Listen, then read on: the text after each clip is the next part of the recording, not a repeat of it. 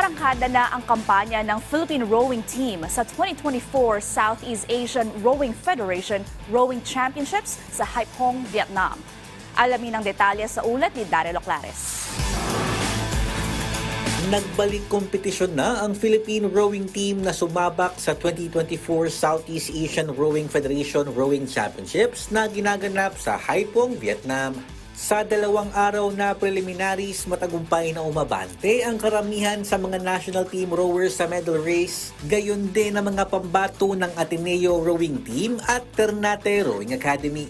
Sa panayam ng PDV Sports kay Philippine Rowing Team Head Coach at former Olympian Edgardo Mayrina, bahagi ang paglahok nila sa torneo upang paghandaan ng isang prestihiyosong biennial meet sa 2025. Meron kaming 12 athletes na pupunta doon.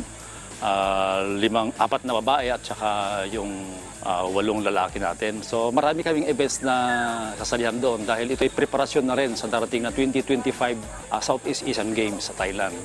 Ayon pa kay Mayrina, magsisilbing training ground na rin ito para sa mga bagong henerasyon ng rowers na posibleng sumunod sa yapak ng kauna-unahang Filipina Rowing Olympian na si Joanny Delgaco.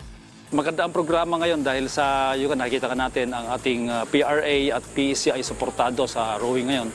At inumpisa na namin sa mga under 19, under 23. So napakagandang exposure nila yan na bago nila marating yung qualifying for the 2028 Olympics na naman. So meron tayong hinahanda.